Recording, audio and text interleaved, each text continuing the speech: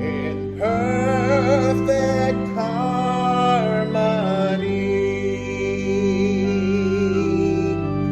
Let peace begin with me. Let this be the moment now. With every step I take, let this be my solemn vow to take each moment and live each moment in peace eternally.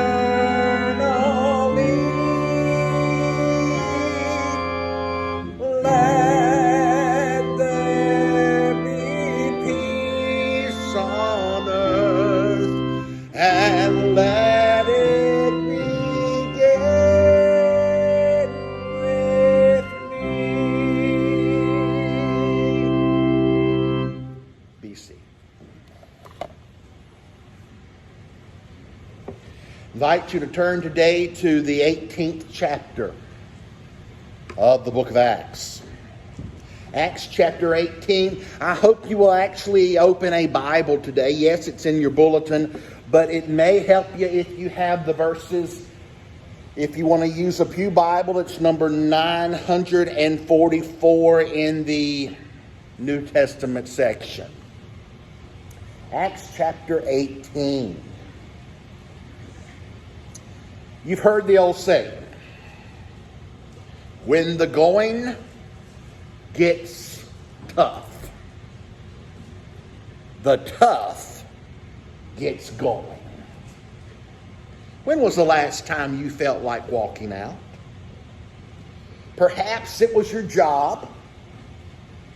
Maybe it was your marriage. Maybe you're thinking, if one more thing happens, I'm walking out of this job. If one more thing happens, I'm walking out of this marriage. Maybe it's some part of ministry. Maybe you have prepared a Sunday school lesson or a children's church lesson or some other form of ministry. And you've gotten so discouraged because you see that it doesn't seem like you're getting results. And maybe today I'm talking to someone who is ready to walk away. Maybe you're thinking, maybe it's time for me to leave. It's really easy to get burnt out. It's really easy to get discouraged. It's really easy to become frustrated. So how do you handle it? How do you handle it when you are on the verge of burnout? How do you handle it when you are on the verge of frustration? How do you hang in there when you feel like walking out? Well, Paul knew exactly how you feel. Because Paul, when we open the Bible to Acts chapter 18, Paul is dealing with fatigue. Paul has been run out of Thessalonica, so he goes to Berea. Once he's there, Paul sees all kinds of people coming to Jesus, but the bad news is the people in Thessalonica, they hear that Paul's in Berea, and they send a delegation to try to silence him.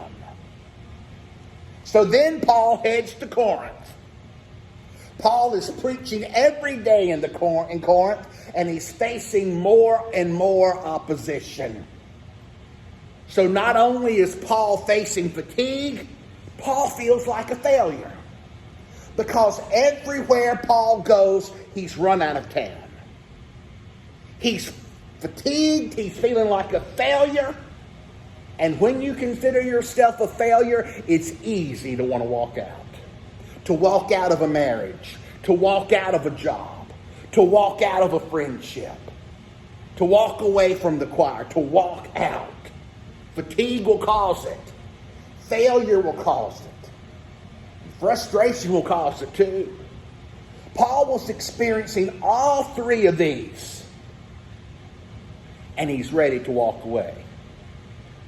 But what Paul is going to learn in Acts 18 is this, and I hope we will all learn it today.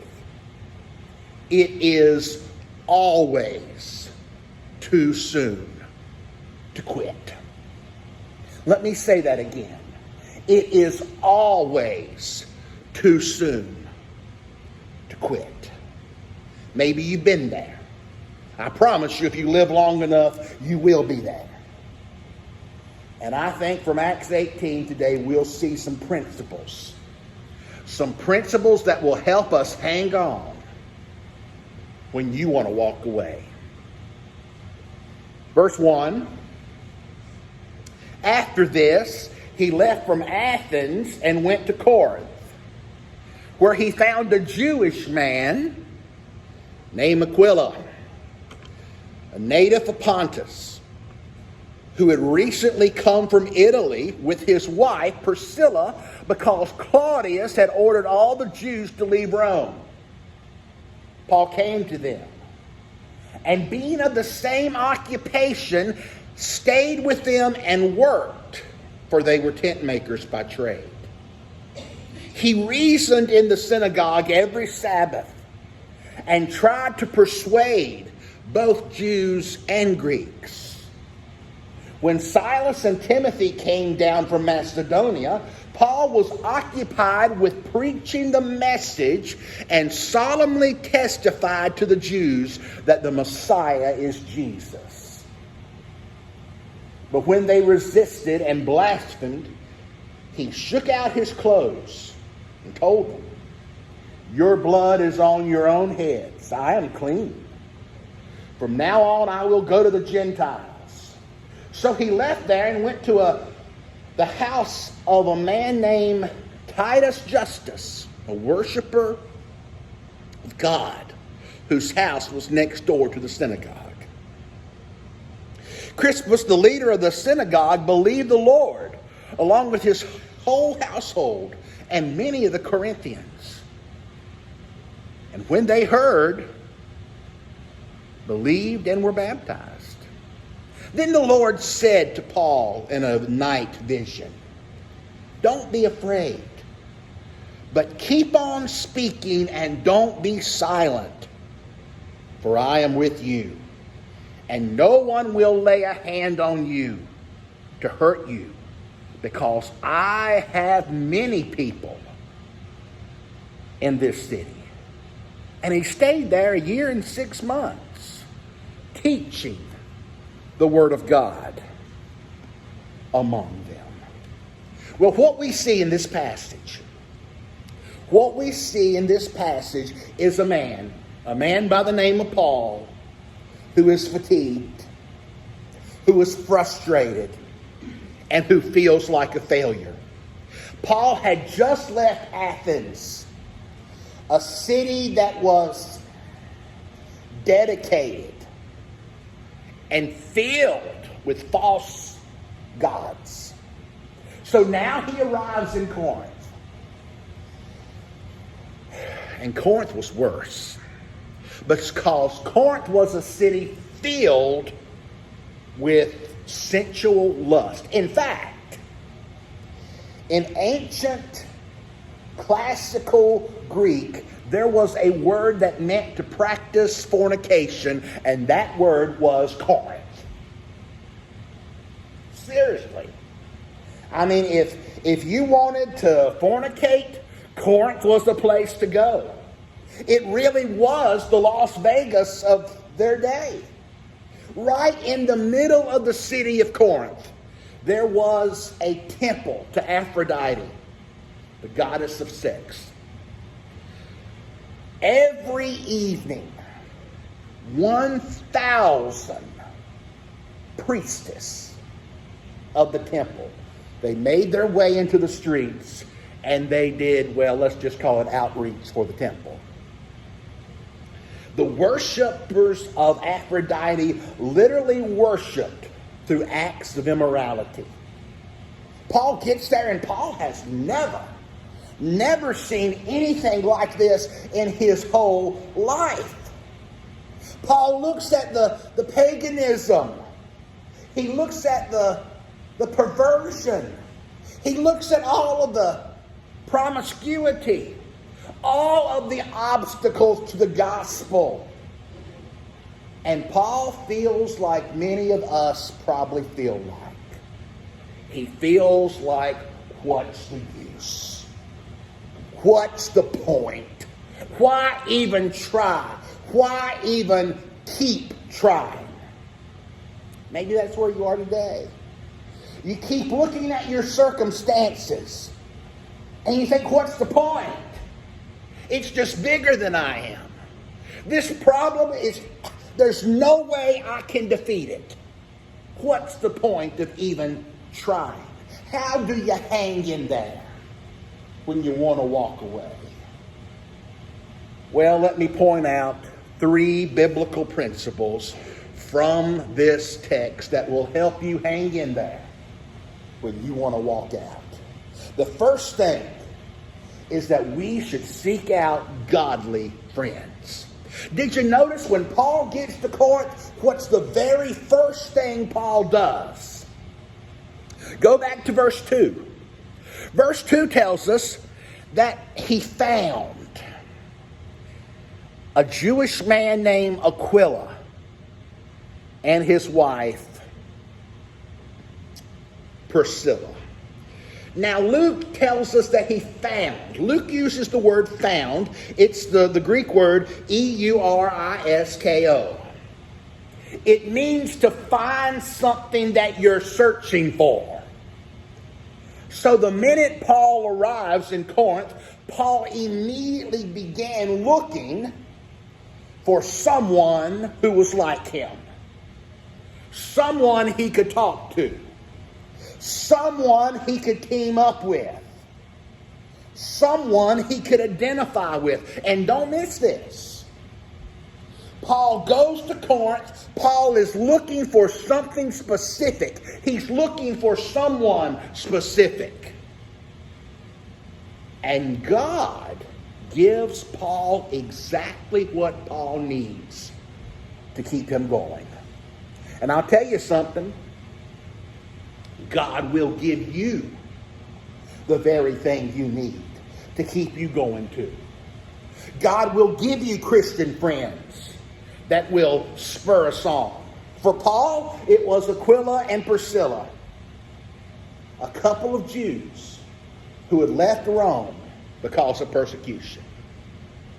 Well, if Paul was seeking out someone he could identify with, someone who was like him, and he finds Priscilla and Aquila, what did they have in common? Well, they had 2 things in common. First of all, they had a common trade. Paul was a tent maker. Priscilla and Aquila were tent makers. I can see Paul. I can see him. He gets to Corinth. He's walking down the street. He's praying. He's hoping. He knows that God has somebody in this city for him, someone he can team up with, someone who can spur him on. And he's walking down the street and he sees a sign, Priscilla and Aquila, tent makers. And he says, and he gets closer. And he gets closer and he looks in their window.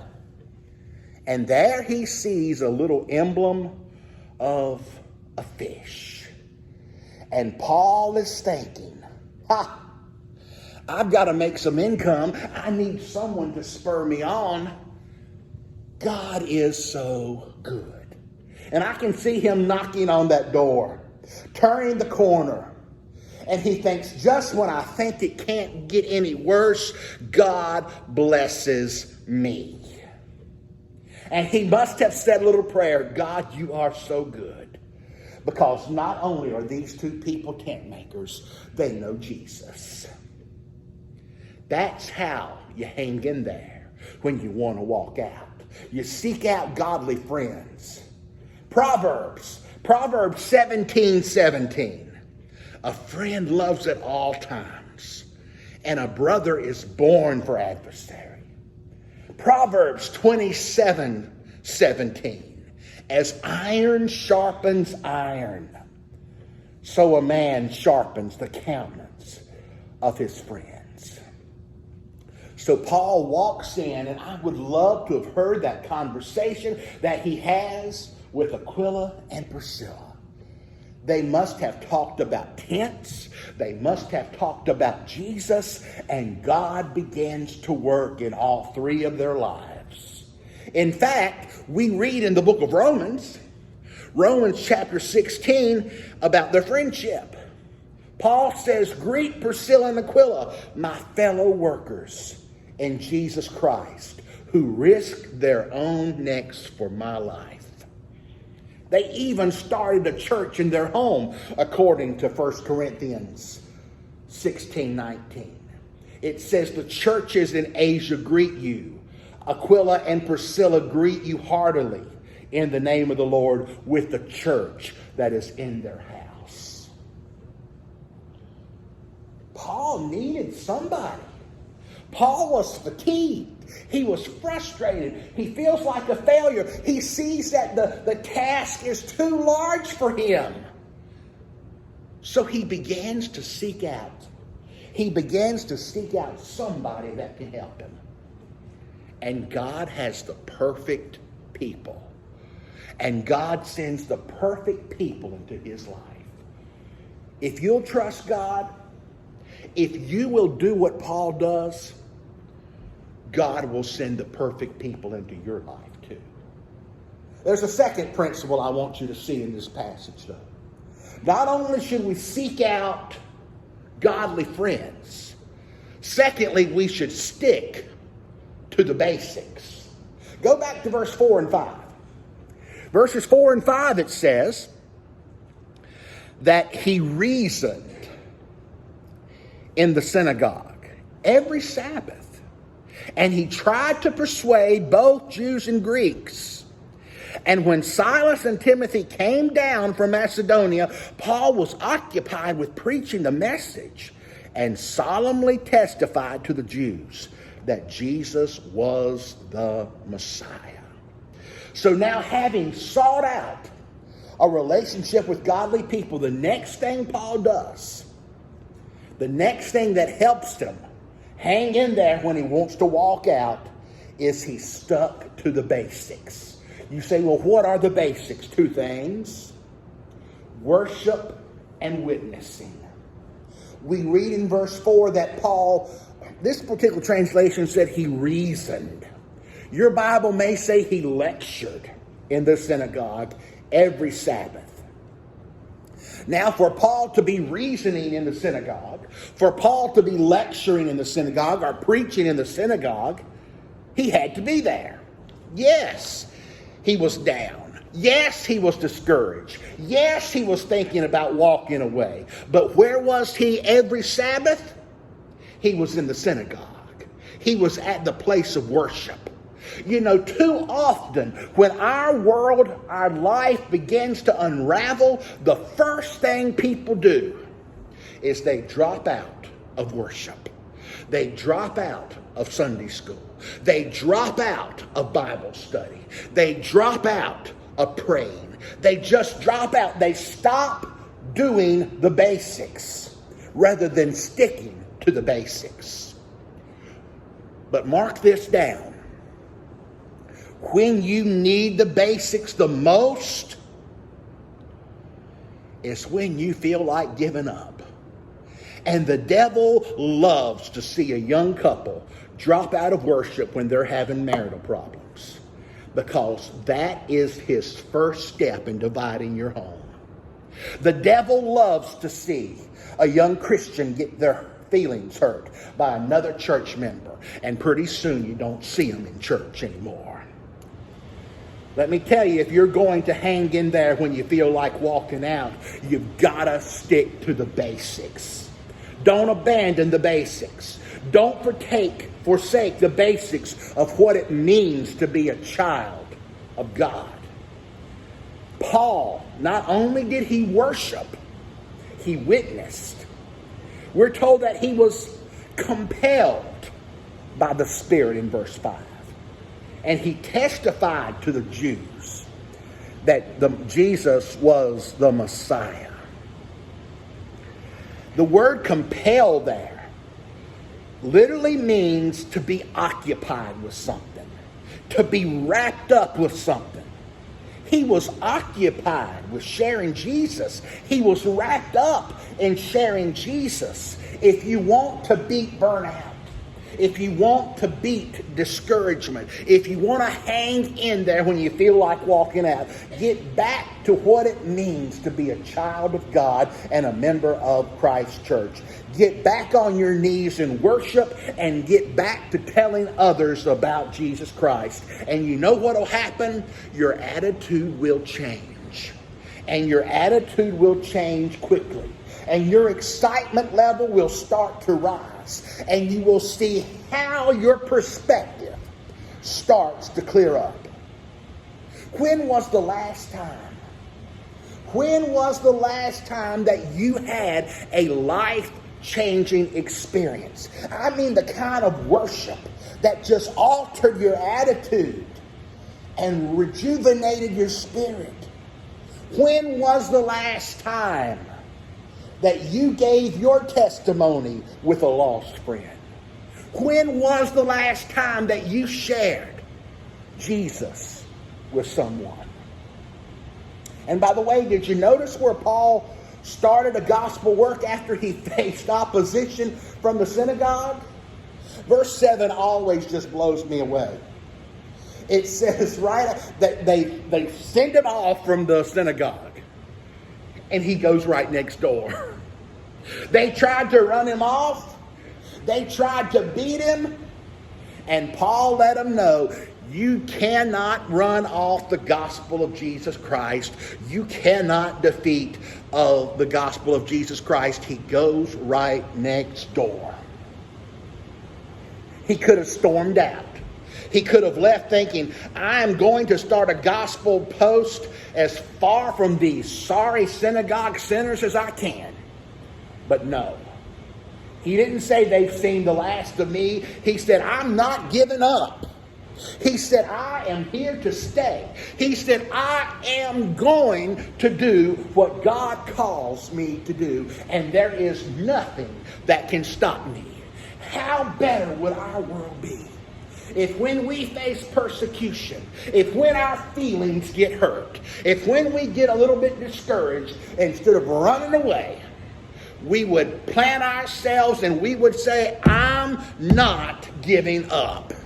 I'm not leaving. I am not going to be discouraged. I am going to do what God has called me to do. Why did Paul stay so close? They obviously didn't like him. They obviously didn't care to hear what he had to say. But he knew. He knew that these people needed to know Jesus. He could have gone to the other side of town.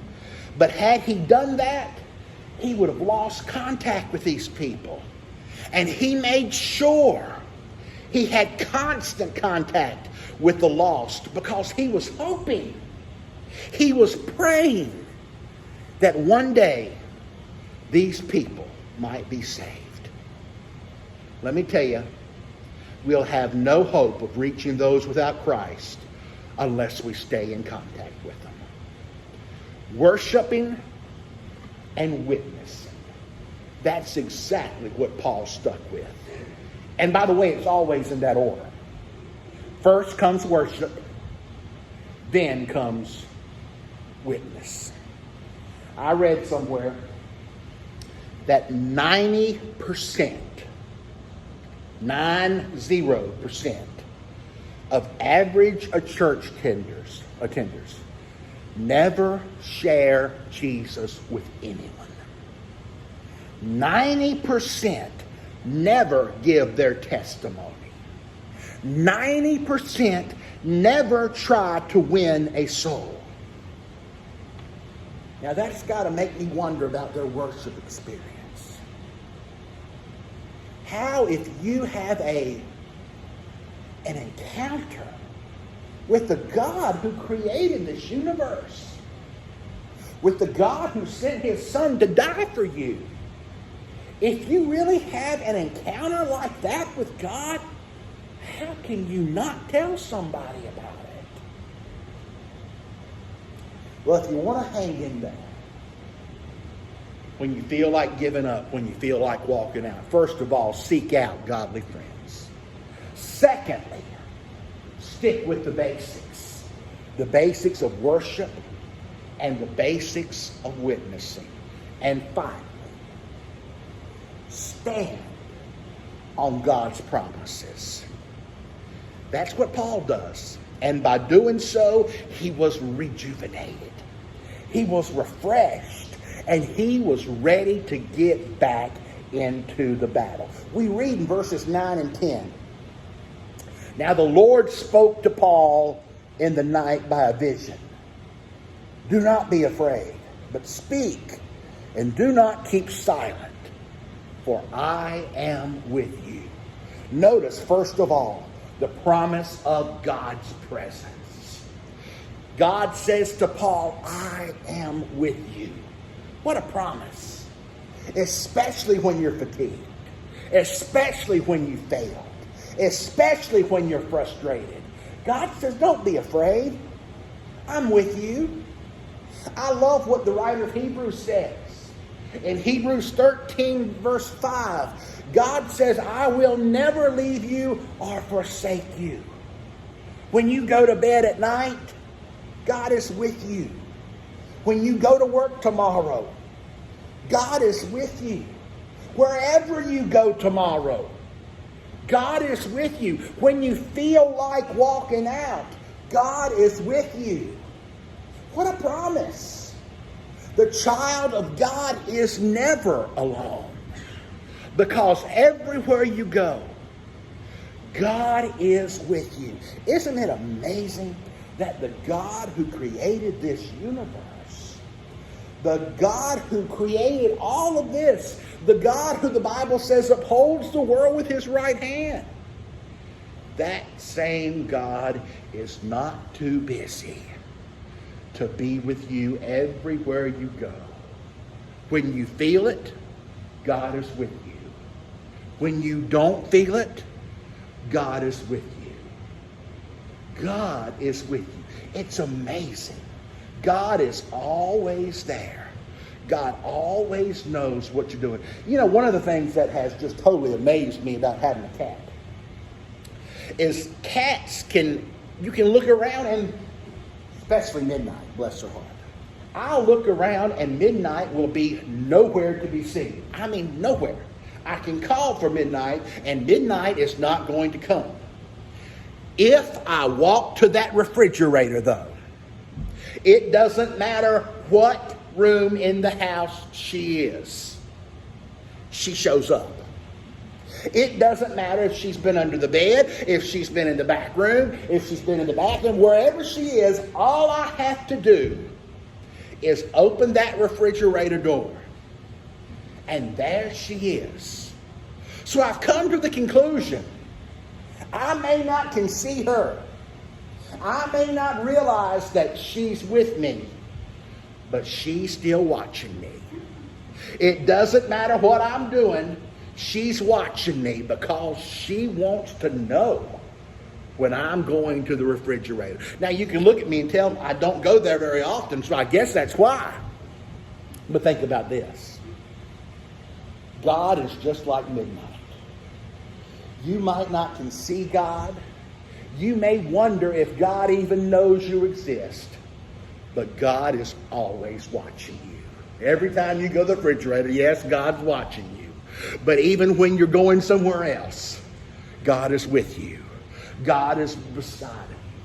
God is with you. God says, Paul, don't you give up. Paul, yes, I know what your circumstances look like. I know what the task laying before you is like. But don't you worry. You're not facing that alone. And not only does God give Paul the promise of his presence, Paul also is promised God's protection. Verse 10 again. I am with you. And God continues. No one will attack you or hurt you.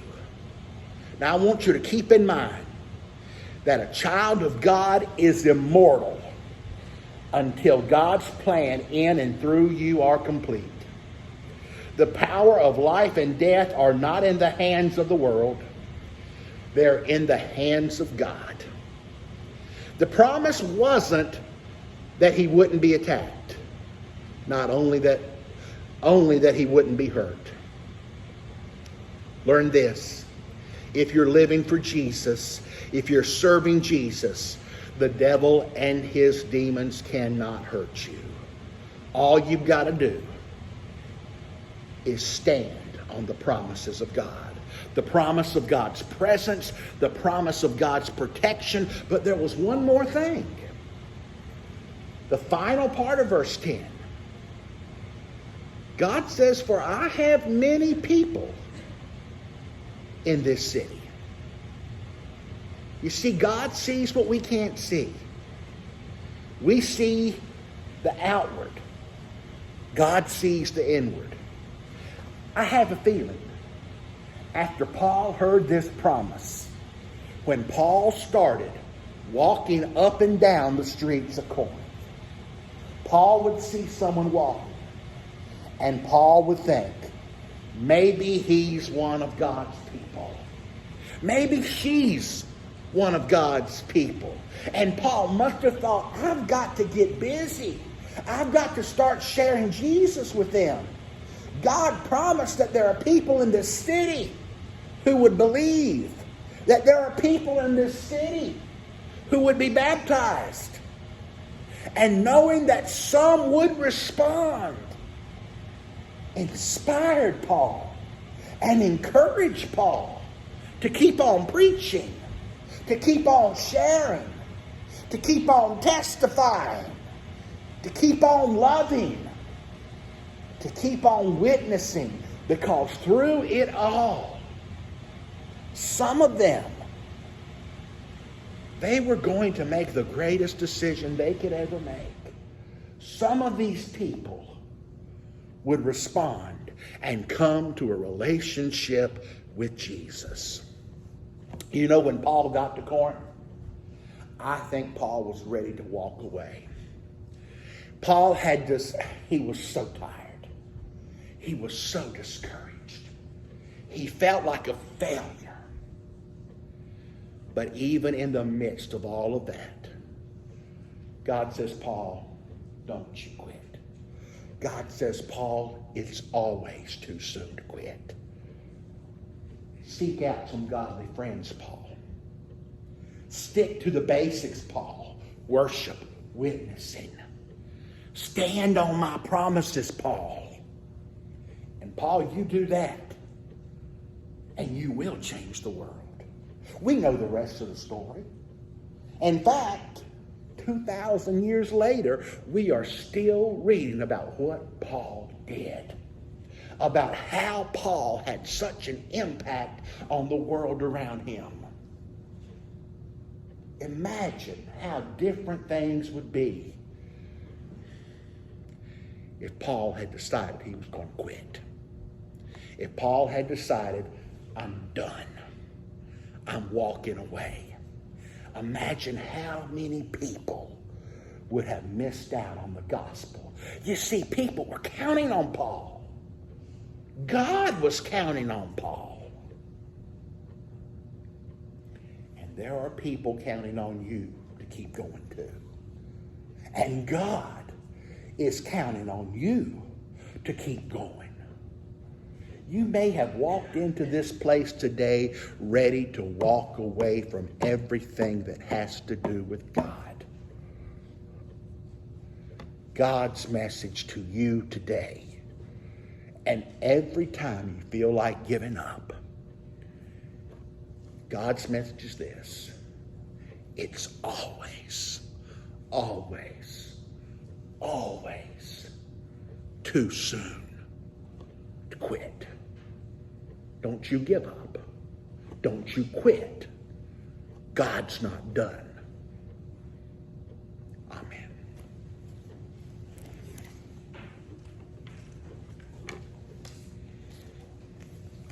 Our final hymn this morning,